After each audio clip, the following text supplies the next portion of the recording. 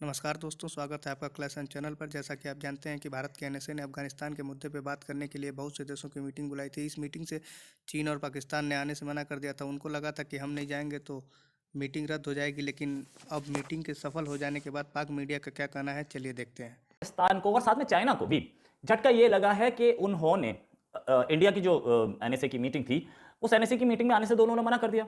और एक्सप्लेनेशन क्या दिया? चाइना ने बोला हमारे साथ तो रिशेड्यूलिंग इश्यूज है, हमारे आदमी फ्री नहीं है।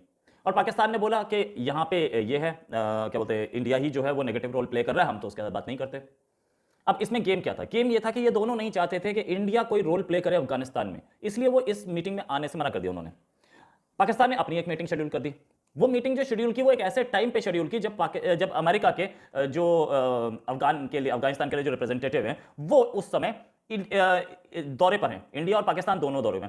उनका नाम है थॉमस वेस्ट और वो स्पेशल एनवॉय फॉर अफगानिस्तान है। अब सबसे बड़ी चीज़ कि वो आ क्यों रहे हैं? वो आ रहे हैं अफगानिस्तान पे बात करने के लिए। इससे पहले वो यूरोप जाएंगे, फिर उसके बाद वो इंडिया और पाकिस्तान दोनों जगह बात करेंगे।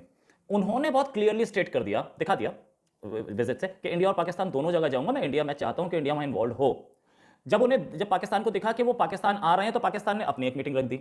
उस पाकिस्तान की मीटिंग में भी उन्होंने कंट्रीज बुला लिए, अमेरिका, चाइना, पाकिस्तान, और उन्होंने एक तालिबान का फॉरेन मिनिस्टर भी बुला लिया। अब ये थॉमस वेस्ट तालिबान के फॉरेन मिनिस्टर से बात करेंगे कि नहीं, ये तो पता नहीं। और जो इनकी मीटिंग है इस पर अभी तक बहुत क्लैरिटी नहीं है कि कब होगी, कैसे होगी। लेकिन मीटिंग रखी जा चुकी है और इंडिया की मीटिंग में शामिल हो। लेकिन इंडिया की मीटिंग में अकेले वो नहीं है। इंडिया की मीटिंग जो थी उसमें चाइना और पाकिस्तान दोनों नहीं आ रहे, फिर भी रशिया है, ईरान है, ताजिकिस्तान है, उज्बेकिस्तान, तुर्कमेनिस्तान, कजाकिस्तान, किर्गिस्तान, ये कंट्रीज हैं। पाकिस्तान की मीटिंग से ज्यादा कंट्रीज हैं। और दूसरी चीज, ये जो कंट्रीज हैं ताजिकिस्तान, उज्बेकिस्तान, तुर्कमेनिस्तान, ये सारे वो कंट्रीज हैं जहां से हम सप्लाईज भेज सकते हैं। देखें, आज जो बड़ी तारीखी मीटिंग हुई है दिल्ली में, नेशनल सिक्योरिटी एडवाइजर जो है वो इंडिया को मिला के 8 मुल्कों के नेशनल सिक्योरिटी एडवाइजर्स वहां जमा हुए थे। सेंट्रल एशिया की 5 रियासतें, रशिया, ईरान, पाकिस्तान और चाइना को भी इनविटेशन भेजा गया था। पाकिस्तान ने तो वो रिजेक्ट कर दिया था पहले ही, 2 महीने पहले ये इनविटेशन गई थी, उन्होंने रिजेक्ट कर दिया। जहां तक चाइना का ताल्लुक है तो उन्होंने बहाने बनाए और वो नहीं चाहते कि कोई ऐसी कॉन्फ्रेंस हो या मीटिंग हो जिसमें इंडिया उसको होस्ट करे और इंडिया जो है वो ऐसे नजर आए कि जैसे इंडिया जो है उसकी पोजीशन रीजन में मुस्तहकम हो रही है या ज्यादा इंपॉर्टेंस हासिल कर रही है।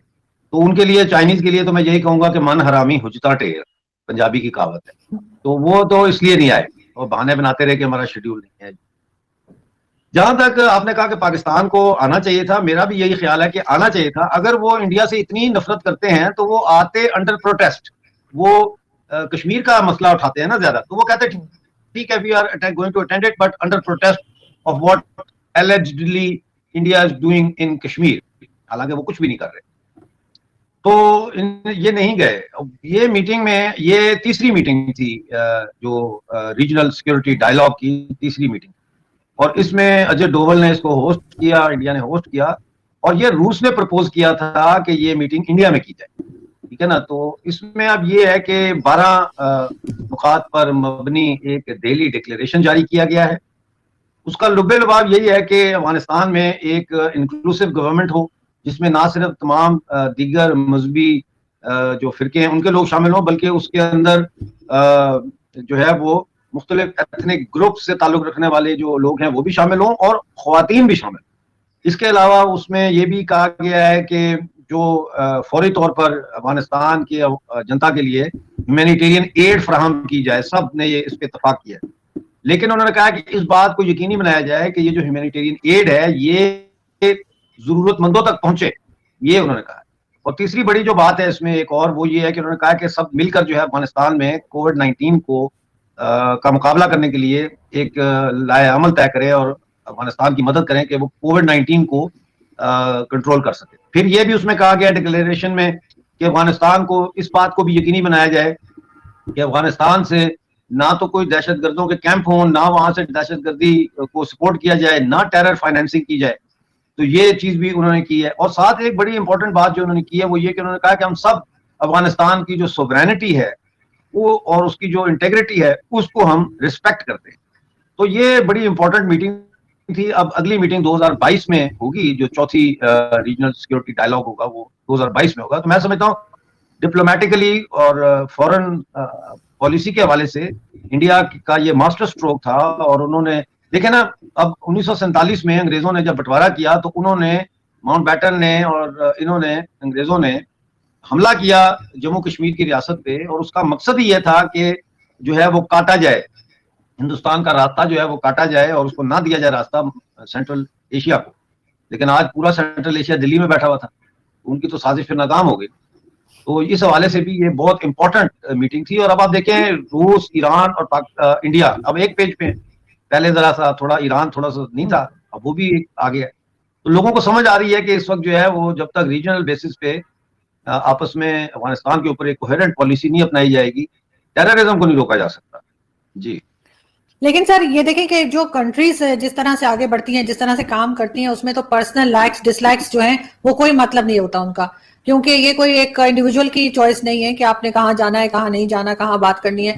तो फिर जब प्राइम मिनिस्टर इमरान खान आए थे शुरू में, तो उन्होंने यही कहा था कि भारत एक कदम बढ़ाए, हम 2 कदम बढ़ाएंगे, और उसके बाद साथ ही अफगानिस्तान से तो हम बहुत ज्यादा बताते हैं कि हमें बड़ी हमदर्दी है। अभी रिसेंटली उन्होंने एक फंड भी अनाउंस किया है कि एक बनाया जाएगा जिसमें कि अफगानिस्तान के लोगों के लिए फंड जमा करेंगे और उनकी मदद की जाएगी, उनको जो खाने पीने की चीजें हैं वो भी पहुंचाई जाएंगी। तो जब उन्हीं की बात हो रही है और उन्हीं के लिए काम हो रहा है, तो उस वक्त पाकिस्तान का पीछे हट जाना किस तरह से लोग इसको लेंगे और दुनिया में क्या इंप्रेशन पड़ेगा? देखिए ना, आपके जो प्राइम मिनिस्टर हैं इमरान खान, वो तो मशहूर है यू टर्न लेने के लिए। तो हो सकता है अब उन्होंने इस बात पर भी यू टर्न ले लिया कि आप 1 कदम आगे बढ़ाएं तो हम 2 कदम आगे बढ़ाएंगे, और अब वो कह रहे हो कि आप 1 कदम आगे बढ़ाएं तो हम 2 कदम पीछे हो जाएंगे। ये भी तो मुमकिन है। हाँ, सही बात है। इस बंदे का क्या भरोसा है भाई, मेंटल केस है ये। मैं तो इसको मेंटल समझता हूँ। मतलब है कि एक आदमी की अक्ल भी होती है, ये तो बिल्कुल फारिग आदमी। और पाकिस्तान का ये है कि देखें, इस वक्त अमेरिका ने अफगानिस्तान के 9.5 बिलियन डॉलर्स मुंजमद कर दिए और वो उनको अनफ्रीज नहीं कर रहे। परसों IMF ने ये स्टेटमेंट जारी की थी कि हम अफगानिस्तान को कोई लोन वगैरह कुछ भी नहीं दे रहे, इसलिए कि अफगानिस्तान के अंदर कोई गवर्नेंस का सिस्टम नहीं है। उनका मतलब यह था कि कोई ऐसा सिस्टम नहीं है जो ये गारंटी दे सके कि भाई ये जो लोन हम अगर देते हैं तो ये सही तरीके से डिस्ट्रीब्यूट होगा मुख्तलिफ जो इकोनॉमिक सेक्टर्स हैं उनमें। तो पाकिस्तान का देखें, पाकिस्तान तो बहुत मुश्किल में है, क्योंकि पहले तो एक आइसोलेशन और तरह की थी, तो अब तो रीजनल तौर पर ये आइसोलेट हो रहा है ना। अब तो जो फैसले होंगे अफगानिस्तान को लेकर इस पूरे खिते में, वो तो इन्हीं मुल्कों के दरमियान होंगे जो आज दिल्ली में मौजूद थे।